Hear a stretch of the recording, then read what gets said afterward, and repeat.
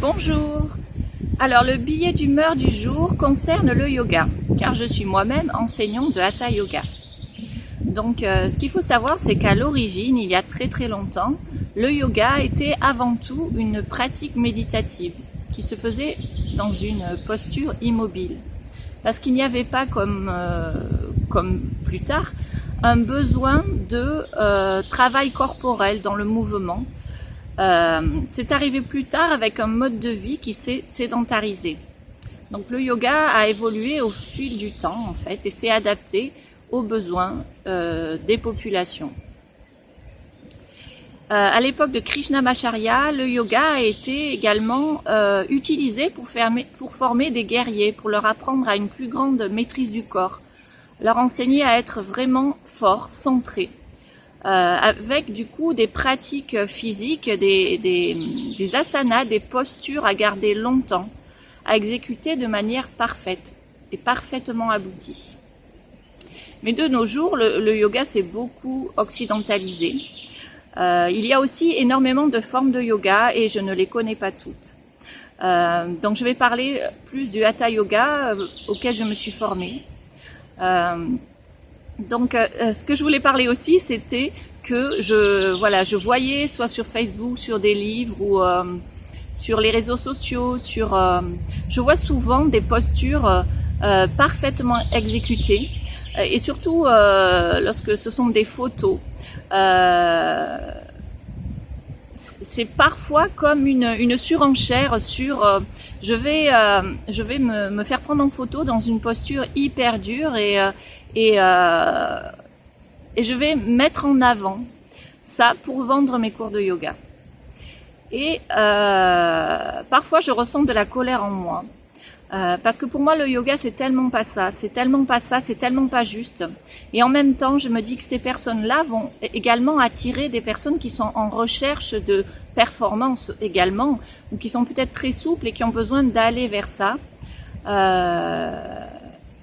Voilà, il y a aussi peut-être un peu de jalousie, je ne sais pas, parce que moi-même souvent je ne peux pas, il y a beaucoup de postures que je ne peux pas réaliser.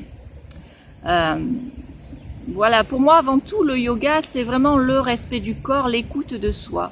Que l'on soit souple ou pas, moi-même, je ne suis pas quelqu'un de très souple. Et vraiment, je m'adapte. Et ça me permet vraiment cette non-souplesse.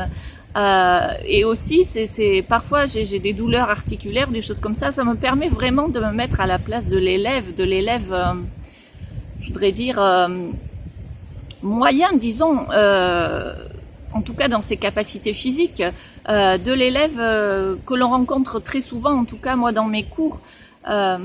Et j'entends très souvent des personnes qui me disent « Moi je ne fais pas de yoga car c'est trop compliqué, je ne suis pas souple, je n'arriverai jamais à faire ce que je vois en photo comme ça. » Donc c'est ça me met en colère parce que je trouve que ça dessert tellement le yoga. C'est vraiment à chacun dans le yoga de s'écouter, c'est plus une prise de conscience de son corps, de ses limites, avec une acceptation, l'accueil de ce qui est sur le moment, que aller au bout dans la performance et chercher à atteindre un but, une esthétique parfaite. Pour moi, c'est pas du tout ça le yoga. C'est vraiment après chacun a ses méthodes et chaque enseignant a sa propre personnalité aussi. Donc c'est important de trouver aussi ce qui nous correspond.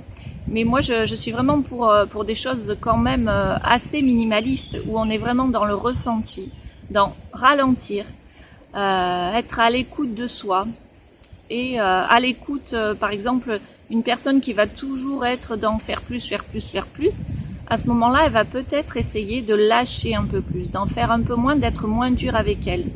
Une personne par exemple qui va avoir un tempérament lymphatique, qui va avoir tendance à la paresse, comme moi, elle va devoir peut-être tenir les postures un peu plus longtemps.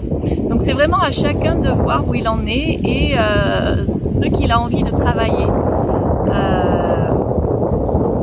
Je vois aussi des personnes, ou j'entends des personnes à mes cours qui me disent « Oh, mais me regardez pas, vous savez, j'y arrive pas bien », qui arrivent là avec beaucoup de complexes, oh, vous savez, j'ai mal partout, alors vous allez devoir me corriger beaucoup.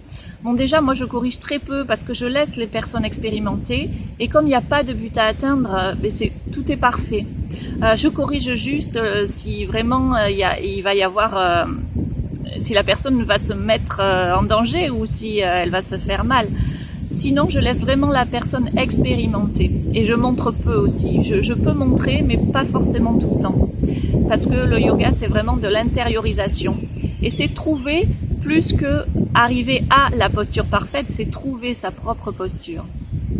Et c'est aussi en lien avec toute une philosophie de vie qui n'est donc pas la performance, arriver à atteindre un but qui est la posture parfaite, esthétiquement parfaite.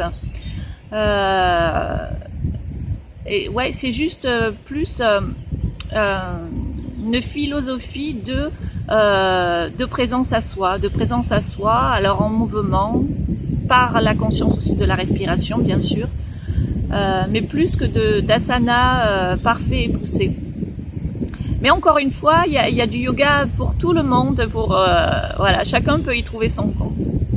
Et je suppose que ces personnes qui se font prendre en photo parce qu'elles ont des corps hyper laxes et qu'elles se font plaisir aussi, j'espère qu'au moins, oui, elles prennent plaisir à du coup exécuter ce type de postures qui sont d'ailleurs très belles à regarder, mais qui du coup vont mettre à l'écart énormément de personnes qui se reconnaissent pas là-dedans. Voilà.